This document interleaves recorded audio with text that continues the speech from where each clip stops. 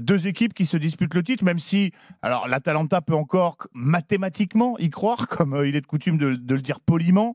Mais bon, ça va se jouer entre le Napoli d'Antonio Conte et donc l'Inter de Simone Inzaghi. Exactement, et puis c'est pas le seul objectif de l'Inter sur cette fin Justement, de saison. on va en parler évidemment. Ouais.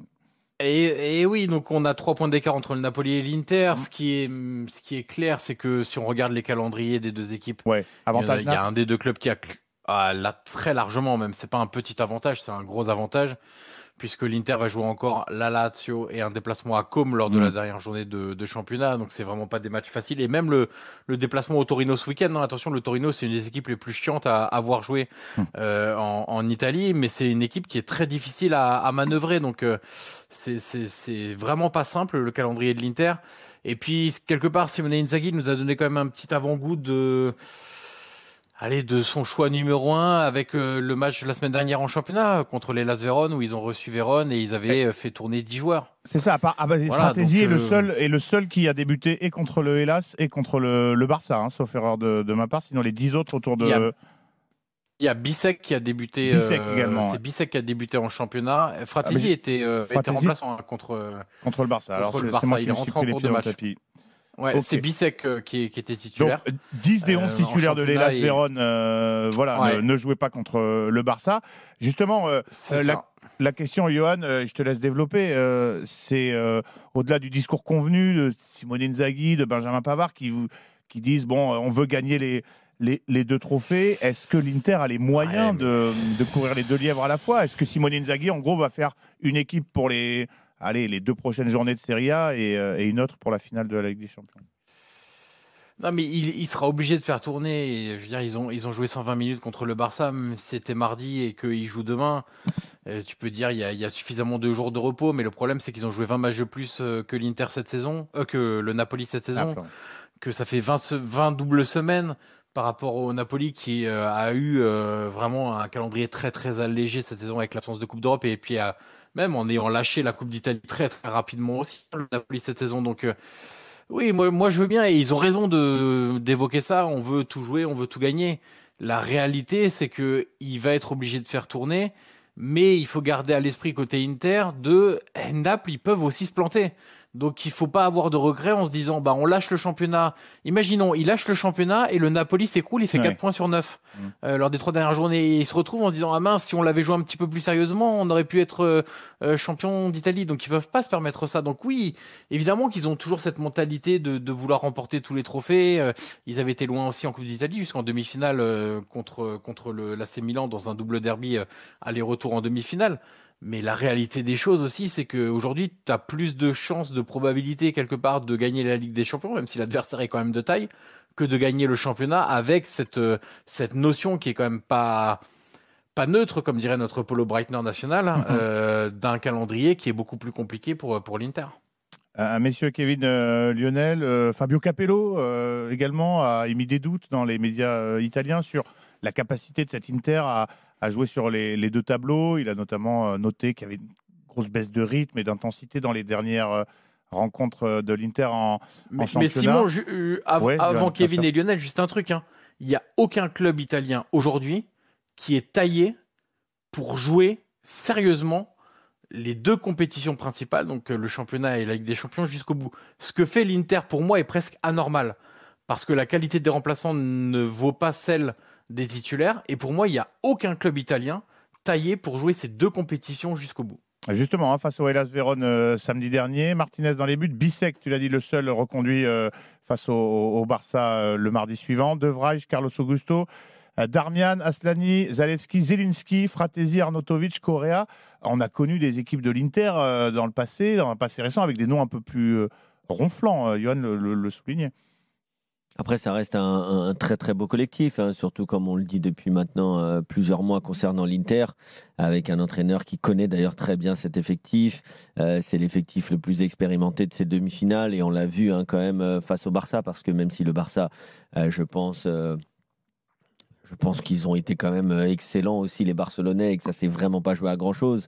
On va laisser le débat sur qui est la meilleure équipe, mais en tout cas, l'Inter, moi, j'ai énormément de respect pour ce club.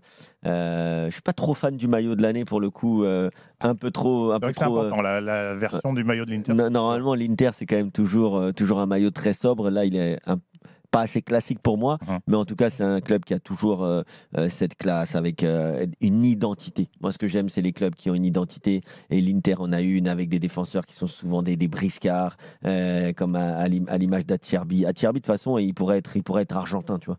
Ça pourrait être le fils de Walter Samuel. Bon, il pourrait être bien sûr aussi italien comme les grands défenseurs, comme Materazzi, etc. Mais tu vois, mais t'as raison, Kevin. Acerbi, c'est le dernier vrai défenseur italien pour moi. Qui a ce. Même si Bastoni, Bastoni en vieillissant, il peut avoir un petit. Bastoni, il est beaucoup trop gentil, messieurs. Il est beaucoup trop gentil. J'ai envie de te dire, il est beaucoup trop beau aussi. Tu sais, il est un peu beau gosse comme ça. Il est trop propre. Il est trop propre. C'est vrai qu'il se salit pas assez des fois le short, mais il a quand même du tempérament. Mais c'est vrai qu'à Acerbi, il a une vraie gueule de footballeur, quoi. Et moi, j'aime beaucoup l'Inter pour ça. Et tu vois, j'aurais bien aimé qu'un mec comme Arnautovic, que moi j'ai croisé dans ses jeunes années aux Pays-Bas, où il évoluait du côté du FC Twente. Tu vois, c'est le gars agaçant, tu vois, c'est le petit Zlatan, hein, sans le comparer à Zlatan, mais c'est un mec qui a du caractère, qui peut rentrer dans un match, te mettre un but venu d'ailleurs.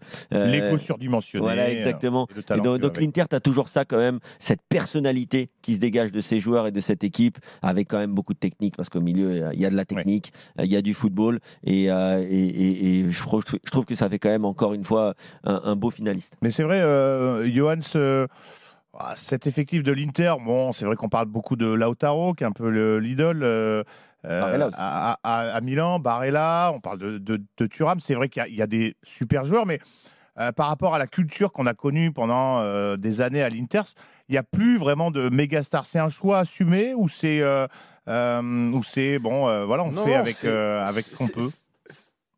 Mais tu peux prendre l'Inter et prendre les autres clubs italiens, tu auras exactement le même constat. C'est l'état du football italien aujourd'hui qui a du mal à. Alors, pour beaucoup, a du mal à faire venir des stars. À tirer. Moi, c'est surtout. C'est surtout a du mal à les garder pour moi. Ouais, c'est ça. Ouais. Parce qu'ils réussissent encore à transformer des joueurs en stars ou en semi-stars, appelez-les comme vous voulez. C'est sûr que quand on part aux stars des années 90 en Italie, il y a un vrai gap, mais ils réussissent à faire de bons joueurs et les transformer en stars, mais ils réussissent pas à les garder. C'est ça la vraie différence. Qu'ils les fassent pas venir, oui, pourquoi pas. C'est une réalité aussi. Je veux dire, après, c'est économique, Johan. C'est économique, hein. Hier, tu m'as parlé, je disais tout à l'heure, le budget de l'Inter par rapport au PSG. Dans les années 80, Zico, il signait à l'Udinese, club de milieu de tableau. Donc, oui, mais il y avait aussi de l'oseille, non? Ah oui, mais il y avait beaucoup d'argent. Donc, c'est le déclassement économique de la Serie A. Encore une fois, on peut le regretter, on peut se plonger et se lever dans la nostalgie. Et pourquoi pas, c'est très agréable aussi de regarder les grandes années de la Serie A. Pour autant, aujourd'hui, on le voit aussi dans pas mal d'effectifs. C'est pas parce que tu as des stars que tu joues mieux, c'est pas parce que tu as des stars que tu gagnes forcément des trophées. Donc, les Italiens ont eu l'obligation de réfléchir un petit peu différemment. Ce qui pour moi est pas plus mal, et notamment l'Inter, parce que n'oubliez pas que l'Inter, c'est un des rares clubs en Europe à aller aussi loin en Ligue des Champions en ayant vendu plus de joueurs que recruté de joueurs. En termes de comptable, l'Inter a cédé plus de joueurs sous Simone Inzaghi, enfin plus de valeur marchande de joueurs que n'en a acheté, parce que la famille Zhang avait des soucis post-Covid, et donc il fallait s'auto-financer. Et donc, il fallait vendre des joueurs pour les racheter, les Hakimi, pour en acheter d'autres, pardon, les Hakimi, les Lukaku, les Brozovic, et on peut en sortir encore pas mal comme ça. C'est des joueurs qui ont été vendus pour autofinancer le club.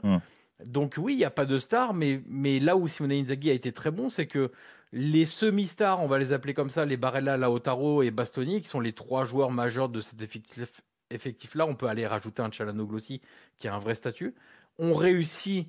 Et ça n'a pas toujours été simple, parce que moi, j'ai souvenir de périodes il y a 2 ans où Çalhanoğlu, Barella s'envoyaient des noms d'oiseaux en permanence sur le terrain quand il y en a un qui ratait une passe. C'est pas toujours très simple. Il y a des gros égos dans ce vestiaire-là, et l'une des qualités de Simone Inzaghi, c'est d'avoir réussi à embarquer tout le monde projet commun footballistique, et aussi avoir pacifier un petit peu certains esprits chagrins, certains esprits chafouins, certains esprits égotiques, et d'en avoir réussi à faire un collectif très impressionnant. Justement, Johan, alors c'est un peu un poncif, usité, mais qu'on utilise avec Luis Enrique d'ailleurs cette année au PSG. Est-ce que finalement, c'est pas ce Simone Inzaghi, la vraie star de cet Inter, parce qu'il s'est révélé, lui, tu vois, avec une dynamique un peu opposée à celle de son frère, quoi. On a beaucoup parlé de Pipo pendant leur carrière, alors que Simone a eu une très belle carrière internationale, il a marqué, il a joué en Coupe d'Europe. Et bon, finalement, il se révèle comme un des meilleurs entraîneurs actuels, quoi, au monde. Ouais, alors Simone était le petit frère quand il était joueur, il est le grand frère maintenant depuis qu'il est entraîneur par rapport à Pipo, même si Pipo fait monter encore un club en Serie A, et il monte Pise qui cette jouera année. la saison prochaine. Ouais, exactement. Ouais. Et puis attention à faire monter Pise, c'est quand vous faites la grille de départ, Pise est un bon club, mais il y avait bien d'autres favoris pour monter directement en Serie A. Donc c'est très bien ce qu'a fait Pippo Inzaghi à Pise. Mais on avait fait un podcast dans After Italy. On avait centré le podcast autour de Simone Inzaghi, l'un des entraîneurs les plus sous-cotés en Europe. Parce que on le cite jamais dans les grands clubs, enfin dans les entraîneurs qui pourraient rejoindre les plus grands clubs européens. L'Inter est un grand club européen, mais on parle de top clubs, de Real, de Barça, de Manchester City, je sais pas, de Liverpool, de tous ces clubs-là, du Bayern, etc. On n'en parle jamais. Moi, je pense qu'en dehors des frontières italiennes, il a un vrai manque de reconnaissance, qui peut s'expliquer par le fait qu'il n'aime pas spécialement la lumière médiatique, par le fait qu'il fasse pas spécialement d'interviews dans les médias étrangers, son niveau linguistique, je suis pas sûr qu'il soit extraordinaire pour coacher à l'étranger, par aussi... oui, le côté un peu excité en bord de touche. Les supporters milanais l'appellent Il Demone, le démon. Donc peut-être que ça fait peur à des clubs comme ça, mais c'est un super entraîneur, Simone Inzaghi. Non, mais après sa période à l'Inter, t'inquiète pas qu'en Première Ligue, il sera appelé, hein, ça c'est clair, hein, au vu des difficultés. Mais je sais même pas, hein, Kevin. Hein. Ah, tu crois après pas qu'il soit Après, qu'il soit parle anglais une chose, mais qu'il veuille. On lui fournira le professeur d'anglais. Qui veulent y aller, je suis pas certain, moi. Ouais, peut-être, mais bon, quand même, un Tottenham, par exemple, l'an prochain, il pourrait penser à lui quand même. Oui, parce que victoire ou défaite le 31 mai Est-ce que prochain, c'est ça une fait progression deux de finales de Ligue des Tu lâches Champions en l'Inter 3 pour ans. aller à Tottenham? Non, mais après, il y a l'aspect C'est financier, exactement ça. messieurs. On va pas se cacher. L'aspect financier en Première Ligue, la capacité de recrutement, la capacité de donner un salaire énorme à un entraîneur, ça existe aussi quand même. Hein. Moi, je connais pas le salaire d'Inzaghi Oui, à bien l'Inter, sûr. mais C'est pas encore une passe Non, décisive, mais c'est une avant-dernière passe, mon cher Kevin, parce Ouais. qu'on va évidemment parler de Tottenham dans un instant. Tottenham qui va tenter de sauver sa saison en finale de Ligue Europa. Oui, Johan, je t'ai coupé, pardon. Non, mais oui, moi je suis un peu comme Lionel. Est-ce que, au-delà de l'aspect financier, qui est évidemment important, hein, je suis d'accord, Kevin, et de mettre un pied en Première Ligue. Bon, le pied, tu le mets. Est-ce que tu le mets dans un Tottenham qui est en forme, dans un Tottenham qui construit pour le futur, qui construit bien son effectif? Est-ce qu'aujourd'hui, tu es certain, avec un bon entraîneur, qu'ils seront dans le top 4 ou même dans le top 6 la saison prochaine? Je sais pas. non, il n'y a rien de Avec certain. l'Inter, tu as la certitude d'être dans le top 4 et de jouer la Ligue des Champions toutes les saisons. Peut-être pas que tu feras champion toutes les saisons et finale de Ligue des Champions toutes les saisons, mais tu seras compétitif chez toi et en Europe. Donc, si c'est pas un club plus important que ça, non,